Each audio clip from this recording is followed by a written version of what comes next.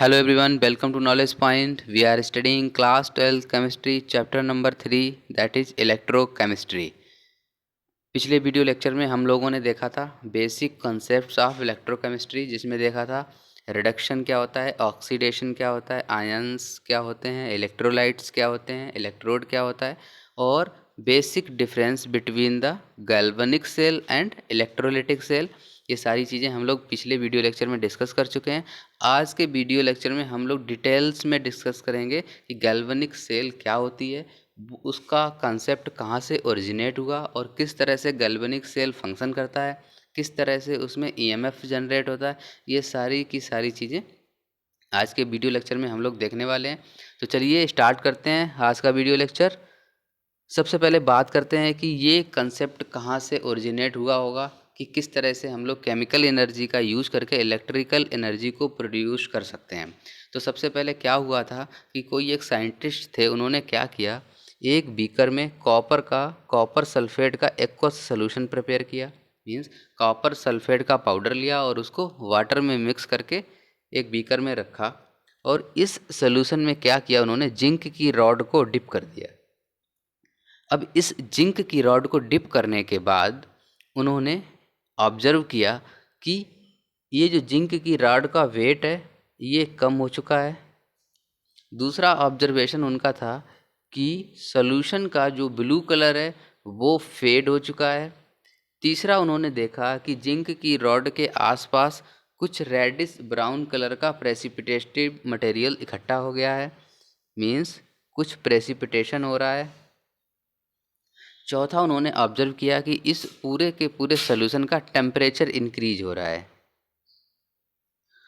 तो based on these observations उन्होंने conclude किया कि ऐसा क्यों हो रहा होगा।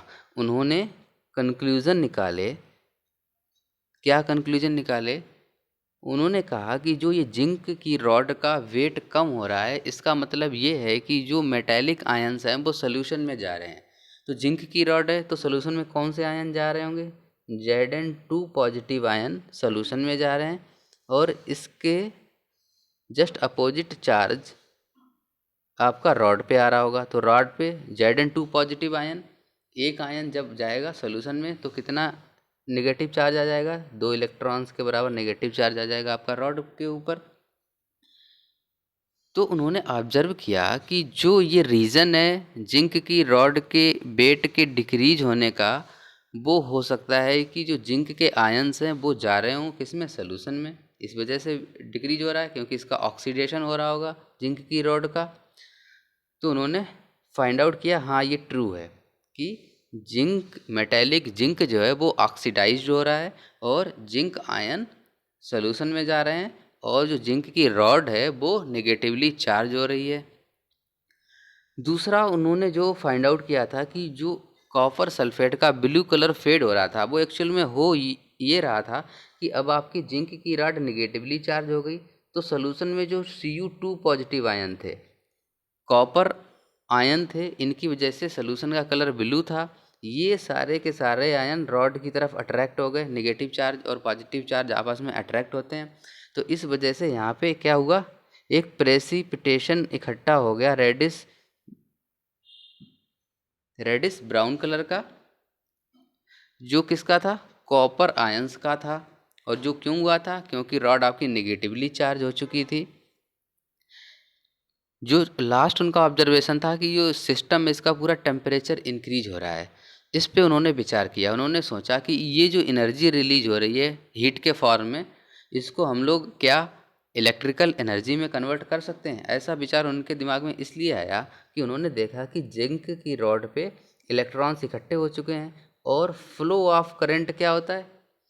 फ्लो ऑफ करंट एक्चुअल में फ्लो ऑफ इलेक्ट्रॉन्स होता है। तो उन्होंने उनके दिमाग में आया कि अगर हम इन इलेक्ट्रॉन्स को फ्लो कराने में सक्षम हों तो क्या है, हम करंट को फ्लो करा पाएंगे, और इस करंट के थ्रू हम कुछ इलेक्ट्रिकल एप्लियंसेस को रन कर सकते हैं। तो इसके बेस्ड पे रिसर्च को आगे बढ़ाते बढ़ाते उन्होंने गैल्वेनिक सेल को डिज़ाइन किया। तो अब स्टडी करते हैं कि गैल्वेनिक सेल क्या होता है। आपको कुछ बेसिक चीज़ें पता ही होंगी। जो पॉजिटिव आयंस हैं उनको कैटायंस कहते हैं, नेगेटिव आयंस को एनायंस कहते हैं।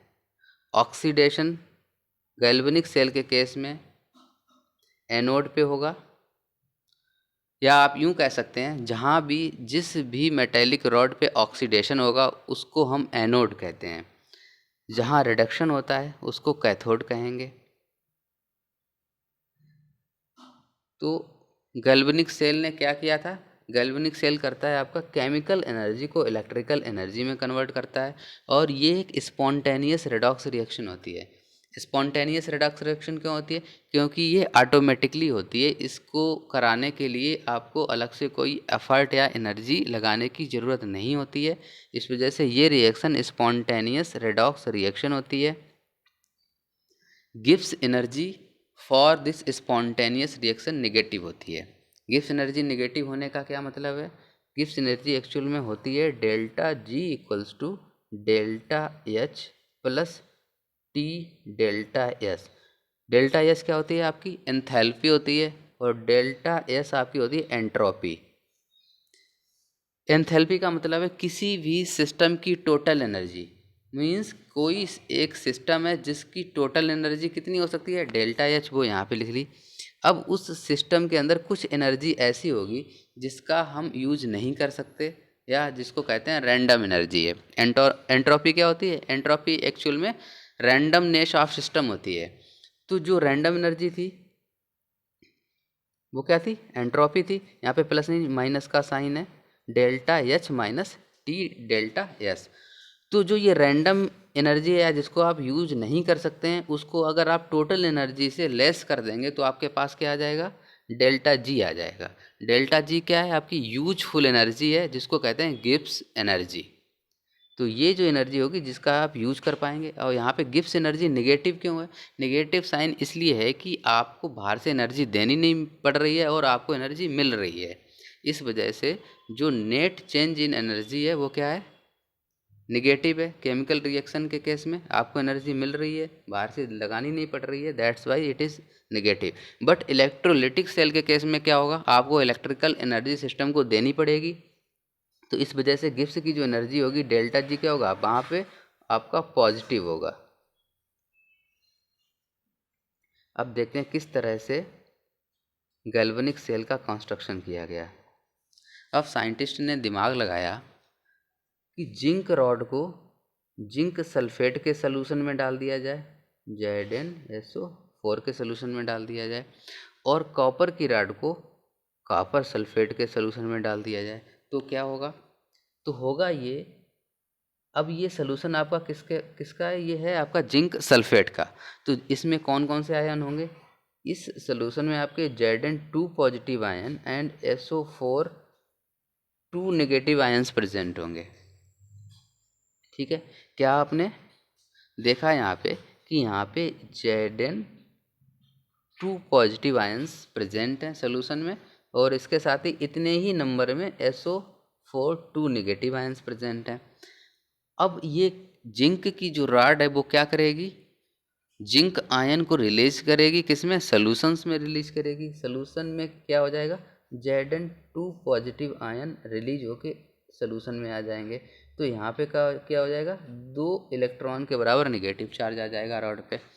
इसके बाद फिर से ऑक्सीडेशन होगा, फिर से Zn2 पॉजिटिव आयन रिलीज होके किस में आ जाएंगे? सॉल्यूशन में।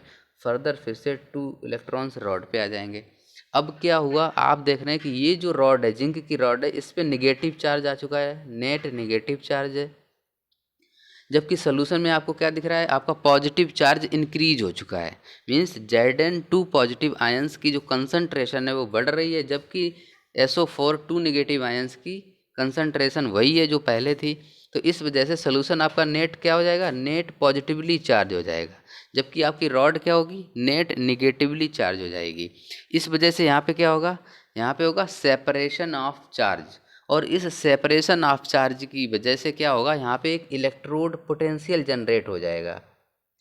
आपने कैपेसिटर के केस में पढ़ा था ना, एक नेगेटिव प्लेट होती थी, वहाँ पे एक पॉजिटिव प्लेट होती थी, और इन दोनों के प्लेट के बीच क्या हो जाता था? पोटेंशियल डेवलप हो जाता था। तो वही सेम केस यहाँ पे होगा। क्या है होगा, यहाँ पे एक पोटेंशियल डेवलप हो जाएगा, और जिस पोटेंशियल को आप कहेंगे ऑक्सीडेशन पोटेंशियल। ऑक्सीडेशन पोटेंशियल क्यों कर रहे हैं, क्योंकि जिंक की रॉड पे क्या हो रहा है, ऑक्सीडेशन हो रहा है। अब बात करते हैं, अब ये आपको इलेक्ट्रॉन्स मिल गए यहाँ पे, लेकिन आपको क्या करना था, एक कोई भी इलेक्ट्रिकल अप्लायंस रन करना था। मान लीजिए ये आपने एक बल्ब लगा दिया यहाँ पे, इस पाथ में इस तरह से कनेक्ट कर दिया, ठीक है। अब ये इलेक्ट्रॉन्स आपको क्या करना है, मूव कराने हैं इस पाथ के थ्रू। तो आपने क्या किया, यहाँ पे एक जो कॉपर की रॉड रखी हुई है, इसमें कौन से आयन होंगे, Cu2 पॉजिटिव आयन ये रिलीज कर सकता है सोल्यूशन में। और सोल्यूशन में कौन से आयन है, सोल्यूशन में भी Cu2 पॉजिटिव आयन्स हैं, और इक्वल संख्या में SO4 2 नेगेटिव आयन्स हैं। अब क्या हुआ, जो ये इलेक्ट्रॉन्स बढ़ते जा रहे हैं इस रॉड पे, ये क्या करेंगे, ये दूसरे जो नए इलेक्ट्रॉन्स आएंगे वो इनको पुश करना स्टार्ट कर देंगे। तो इस प्रकार क्या होगा, ये जो इलेक्ट्रॉन्स हैं ये मूव करेंगे इस डायरेक्शन में। मूव क्यों करेंगे, क्योंकि यहाँ पे Cu2 पॉजिटिव आयन है, और यहाँ पे इलेक्ट्रॉन्स हैं। इलेक्ट्रॉन्स क्या होते हैं, नेगेटिवली चार्ज होते हैं, तो अपोजिट चार्ज क्या करता है, अट्रैक्ट करता है। तो इस वजह से ये इलेक्ट्रॉन्स आपके यहाँ पे आ जाएंगे। इलेक्ट्रॉन्स यहाँ पे आ जाएंगे तो क्या होगा, Cu2 पॉजिटिव आयन रॉड की तरफ मूव करने लगेंगे। Cu2 पॉजिटिव आयन्स क्या होंगे, रॉड की तरफ मूव करेंगे, और इस रॉड का वेट जो है आपको बढ़ा हुआ महसूस होगा। तो इस तरह से ये जो फ्लो हुआ इलेक्ट्रॉन्स का, इस वजह से क्या हुआ, सर्किट में करंट फ्लो हुई। इलेक्ट्रॉन इस डायरेक्शन में मूव किए तो करंट किस डायरेक्शन में मूव करेगी, करंट इस डायरेक्शन में मूव करेगी। इसको इरेज कर देते हैं एक बार। तो जो ये इलेक्ट्रॉन्स का फ्लो हुआ वो किस डायरेक्शन में था, इलेक्ट्रॉन्स इस डायरेक्शन में फ्लो हुए, तो आपका करंट अपोजिट डायरेक्शन में फ्लो होगा, करंट आपका इस डायरेक्शन में फ्लो होगा। बट ये जो प्रोसेस हुआ ये कुछ समय के लिए हुआ। मीन्स जो यहाँ पे बल्ब आपने लगाया था वो ग्लो कर गया, लेकिन कुछ समय के लिए ग्लो किया, उसके बाद ये बंद हो गया। अब साइंटिस्ट ने दिमाग लगाया कि ऐसा क्यों होगा, ये बल्ब बंद क्यों हो गया। तो उन्होंने देखा कि जो ये Zn2 पॉजिटिव आयंस की संख्या सॉल्यूशन में बढ़ती जा रही है, तो एक समय ऐसा आएगा कि जो यहाँ से Zn2 पॉजिटिव आयन निकलेगा, तो यहाँ का जो पास में Zn2 पॉजिटिव आयन रखा होगा वो उसको रिपेल करेगा। मीन्स कि फर्दर ऑक्सीडेशन नहीं होगा जिंक रॉड का। सेम केस यहाँ पे होगा कि Cu2 पॉजिटिव आयन्स यहाँ पे इतने इकट्ठे हो चुके होंगे कि further Cu2 positive ion move नहीं करेंगे कॉपर रॉड की तरफ, क्योंकि आपस में रिपल्सन बढ़ जाएगा। तो इस वजह से यहाँ पे क्या होगा, इस केस में SO4 2 नेगेटिव जो आयन थे उनकी संख्या जो बढ़ चुकी थी एक लिमिट से ज़्यादा, तो अब वो सीज हो जाएगी। जब ये दोनों, इधर ऑक्सीडेशन की प्रोसेस बंद हो चुकी है लेफ्ट साइड में, राइट साइड में क्या हो रहा है, आपकी रिडक्शन की प्रोसेस बंद हो चुकी है। तो इस वजह से क्या होगा, फ्लो ऑफ इलेक्ट्रॉन बंद हो जाएगा। फ्लो ऑफ इलेक्ट्रॉन के बंद होने से क्या होगा, आपकी करंट का फ्लो होना बंद हो जाएगा। तो जो करंट का फ्लो होना बंद हो जाएगा तो आपका बल्ब क्या है, ग्लो करना बंद कर देगा। उस केस में आपका बल्ब ग्लो नहीं करेगा। तो अब क्या ऐसा किया जाए कि जिससे ये बल्ब जो है कंटिन्यूअसली ग्लो करता रहे। तो हमको क्या करना पड़ेगा, हमको इन आयंस का न्यूट्रलाइजेशन करना पड़ेगा। मीन्स जो यहाँ पे Zn2 पॉजिटिव की मात्रा बढ़ गई है और यहाँ पे इस सोल्यूशन में SO4 2 नेगेटिव की मात्रा बढ़ गई है, अगर इन आयंस को हम न्यूट्रलाइज कर लें तो ये प्रोसेस हमारा चलता रहेगा। तो इसके लिए क्या किया साइंटिस्ट ने, एक साल्ट ब्रिज ऐड कर दिया सोल्यूशन में। और सॉल्ट ब्रिज में क्या किया, यहाँ पे जेली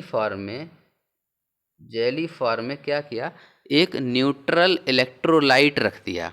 और इलेक्ट्रोलाइट ऐसा रखा जिसके पॉजिटिव आयन और नेगेटिव आयन की मोबिलिटी बराबर हो। तो यहाँ पे मान लीजिए KCl का उन्होंने क्या रख दिया, एक न्यूट्रल इलेक्ट्रोलाइट रख दिया। तो इसमें क्या होंगे, K पॉजिटिव आयन और Cl नेगेटिव आयन्स होंगे। तो यहाँ पे जब Zn2 पॉजिटिव की संख्या बढ़ जाएगी तो क्या होगा, यहाँ से 2 Cl नेगेटिव आयन आएंगे और Zn2 पॉजिटिव आयन से मिलके क्या कर देंगे, सोल्यूशन को न्यूट्रलाइज कर देंगे। सिमिलरली इधर होगा, यहाँ पे क्या होगा, जो सल्फेट नेगेटिव आयन्स की संख्या बढ़ गई है तो यहाँ पे पोटेशियम पॉजिटिव आयन्स आएंगे और सल्फेट को न्यूट्रलाइज कर देंगे। ठीक, तो इस तरह से आपका क्या होगा, सोल्यूशन न्यूट्रल होता रहेगा, ऑक्सीडेशन रिडक्शन का प्रोसेस चलता रहेगा, इलेक्ट्रॉन्स फ्लो होते रहेंगे, इलेक्ट्रॉन्स फ्लो होते रहेंगे तो आपका करंट फ्लो होता रहेगा, करंट फ्लो होता रहेगा तो आपका बल्ब कंटिन्यूसली ग्लो करता रहेगा। तो ये बातें आपको यहाँ से समझ में आ गई। अब आप देखिए कुछ इम्पॉर्टेंट चीज़ जो आपको रिमेंबर रखनी है। ये काफ़ी पॉपुलर शॉर्टकट है गैल्वेनिक सेल के केस में, लोन, जिसको आप रिमेंबर कर लीजिए। लोन का मतलब क्या होता है, L is left, means left side में क्या होगा आपका, हमेशा ऑक्सीडेशन होगा। ऑक्सीडेशन आपका हमेशा एनोड पे होता है, और एनोड क्या होता है, निगेटिवली चार्ज होता है। गैल्वेनिक सेल के केस में क्या होगा, एल का मतलब है लेफ्ट, ओ का मतलब है ऑक्सीडेशन, ए का मतलब है एनोड, और एन का मतलब है निगेटिव। तो इसके केस में आप लोन वर्ड को याद रखिए। तो इसका जस्ट अपोजिट क्या हो जाएगा, एल का अपोजिट, लेफ्ट का अपोजिट क्या होगा, राइट, ऑक्सीडेशन का अपोजिट रिडक्शन, एनोड का अपोजिट कैथोड, निगेटिव का अपोजिट पॉजिटिव। तो लेफ्ट साइड में क्या होगा, लोन होगा, राइट साइड में क्या होगा, आरआरसीपी होगा। इसका मतलब आप क्या कह सकते हैं कि लेफ्ट साइड में आपका ऑक्सीडेशन हो रहा है और ये हो रहा है एनोड पे, एनोड आपका नेगेटिवली चार्ज है। राइट साइड में आपका क्या हो रहा है, रिडक्शन हो रहा है, और ये हो रहा है कैथोड पे, कैथोड आपका पॉजिटिवली चार्ज है। ये बात क्लियर हो गई। आपको क्या डिस्कस किया था, जो इलेक्ट्रोड होगा मीन्स जिंक की रॉड होगी वो नेगेटिवली चार्ज हो जाएगी, और आपका इलेक्ट्रोलाइट पॉजिटिवली चार्ज हो जाएगा। इस वजह से सेपरेशन ऑफ चार्ज होगा तो एक इलेक्ट्रोड पोटेंशियल जनरेट हो जाएगा। जो इलेक्ट्रोड पोटेंशियल क्यों जनरेट होता है, क्योंकि वहाँ पे वो एज ए कैपेसिटर एक्ट करने लगता है, एक तरफ पॉजिटिव चार्ज है, एक तरफ नेगेटिव चार्ज है। सिमिलरली अपोजिट साइड में क्या हो जाएगा, पॉजिटिव इलेक्ट्रोड और नेगेटिव इलेक्ट्रोलाइट के भी सेपरेशन ऑफ चार्ज होगा, और वहाँ भी एक इलेक्ट्रोड पोटेंशियल जनरेट हो जाएगा, जिसको आप कहेंगे रिडक्शन पोटेंशियल। ये देखिए आप ऑक्सीडेशन पोटेंशियल को रिप्रेजेंट करते हैं ई ओ पी से, reduction potential is E R P. अब एक और इसमें ऑब्जर्व करने वाली चीज़ है कि जो सोल्यूशन का प्रेशर होता है, सोल्यूशन का प्रेशर जस्ट अपोजिट होता है ऑस्मोटिक प्रेशर के। ऑस्मोटिक प्रेशर सोल्यूशन के चैप्टर में आपने स्टडी किया था। तो सोल्यूशन का प्रेशर जस्ट अपोजिट होता है ऑस्मोटिक प्रेशर से, और इन केस अगर ऐसा होता है कि सोल्यूशन का प्रेशर जो है वो ग्रेटर देन है ऑस्मोटिक प्रेशर, तो उस केस में सोल्यूशन प्रेशर की टेंडेंसी होती है कि वो मेटल से मेटेलिक आयंस को रिलीज करके सोल्यूशन में मिक्स करे। तो इस केस में क्या है, लेफ्ट साइड में क्या है, आपका ऑक्सीडेशन हो रहा है। वो क्यों हो रहा है, क्योंकि यहाँ पे जो सोल्यूशन का प्रेशर है वो आपका ऑस्मोटिक प्रेशर से ज़्यादा है। राइट साइड में, लेफ्ट साइड में तो ये हो गया, राइट साइड में क्या होगा, राइट साइड में आपका ऑस्मोटिक प्रेशर सोल्यूशन के प्रेशर से ज़्यादा होगा। तो इस ऑक्सीडेशन की वजह से आपने स्टडी किया था अभी कि जिंक की रॉड का वेट कम हो जाता है, कॉपर की रॉड का वेट इंक्रीज हो जाता है। साल्ट का ब्रिज जो आपने यूज़ किया था, क्यों किया था, कि आपके दोनों इलेक्ट्रोलाइट न्यूट्रलाइज हो जाएं। साल्ट ब्रिज में आपने देखा था, used to neutralize the solution and maintain the flow of electron, आप लोग देख चुके हैं।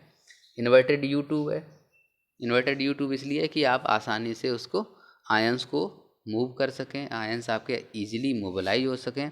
इनर्ट इलेक्ट्रोलाइट होता है, मीन्स इनर्ट इलेक्ट्रोलाइट मीन्स कि ये जो आपने रखा हुआ है इलेक्ट्रोलाइट यूट्यूब के अंदर, ये रिएक्शन नहीं करना चाहिए इलेक्ट्रोलाइट से। अगर ये रिएक्शन कर लेगा तो क्या करेगा, ये आयंस को न्यूट्रलाइज करना बंद कर देगा। इसलिए रिएक्शन नहीं करना चाहिए, क्योंकि हमको ऑक्सीडेशन और रिडक्शन की प्रोसेस कंटिन्यूसली चाहिए होती है। साथ में एक और इम्पॉर्टेंट फंक्शन है इसका, it also reduces the junction barrier potential. अब होता क्या है कि जो ये आयंस हैं, अब मान लो आपने एक यूट्यूब लगा दी इस तरह से और यहाँ पे मटेरियल रख दिया, या आपने मटेरियल नहीं रखा, तो उस केस में आप ये भी तो कह सकते थे इस तरफ आपके Zn2 पॉजिटिव आयन है, यहाँ पे SO4 2 निगेटिव आयन है। अब ये आपस में जाके एक दूसरे को न्यूट्रलाइज कर दें, यहाँ पे इलेक्ट्रोलाइट रखने की ज़रूरत ही नहीं है, सीधे सीधे यूट्यूब डाल दी खाली, और ये पॉजिटिव आयन इसको न्यूट्रलाइज कर देंगे निगेटिव आयन को। हाँ ये कर देंगे न्यूट्रलाइज, बट इसमें प्रॉब्लम एक ये आएगी कि यहाँ पे जहाँ पे इनका जंक्शन होगा, जहाँ पे पॉजिटिव और नेगेटिव आयन आपस में मेट करेंगे, वहाँ पे एक जंक्शन पोटेंशियल जनरेट हो जाएगा। वो जंक्शन पोटेंशियल क्या होगा, आपका अपोजिट डायरेक्शन में होगा, यहाँ पे पॉजिटिव होगा, यहाँ पे नेगेटिव होगा। और एक्चुअल जो ईएमएफ था सेल का वो क्या था, यहाँ पे एनोड आपका निगेटिव था, यहाँ पे पॉजिटिव था, ऑक्सीडेशन हो रहा था। तो अब ये देखिए पोलैरिटी दोनों की अपोजिट है, तो ये जो ईएमएफ आपको मिलेगा, नेट ईएमएफ सेल का मिलेगा, वो थोड़ा सा लेस मिलेगा, क्योंकि ये जो यहाँ पे ईएमएफ जंक्शन पोटेंशियल बन रहा है वो माइनस करना पड़ेगा आपको सेल के पोटेंशियल से। तो ये भी पोटेंशियल हमको कम क्यों मिले, हमको पूरा का पूरा पोटेंशियल डिफरेंस चाहिए था, इस वजह से क्या किया, यहाँ पे एक न्यूट्रल इलेक्ट्रोलाइट रख दिया, जिससे कि हमें जो ये ईएमएफ माइनस करना पड़ रहा है जंक्शन पोटेंशियल, वो हमें माइनस ना करना पड़े। तो ये सबसे इम्पोर्टेंट फंक्शन है कि आप इलेक्ट्रोलाइट को क्यों प्लेस करते हैं यू ट्यूब के अंदर। तो it reduces the junction potential, इसको आप कह सकते हैं बैरियर पोटेंशियल भी कहते हैं। अभी ये जो इनर्ट इलेक्ट्रोलाइट होता है आपका, ये KCl का हो सकता है, NH4Cl का हो सकता है, NNO3 का हो सकता है, कोई भी ले सकते हैं, बट आपको लेना ऐसा इलेक्ट्रोलाइट है जो सॉल्यूशन से रिएक्शन ना करे। थैंक यू सो मच, आज के लिए इतना ही। नेक्स्ट पार्ट देखेंगे नेक्स्ट वीडियो लेक्चर में।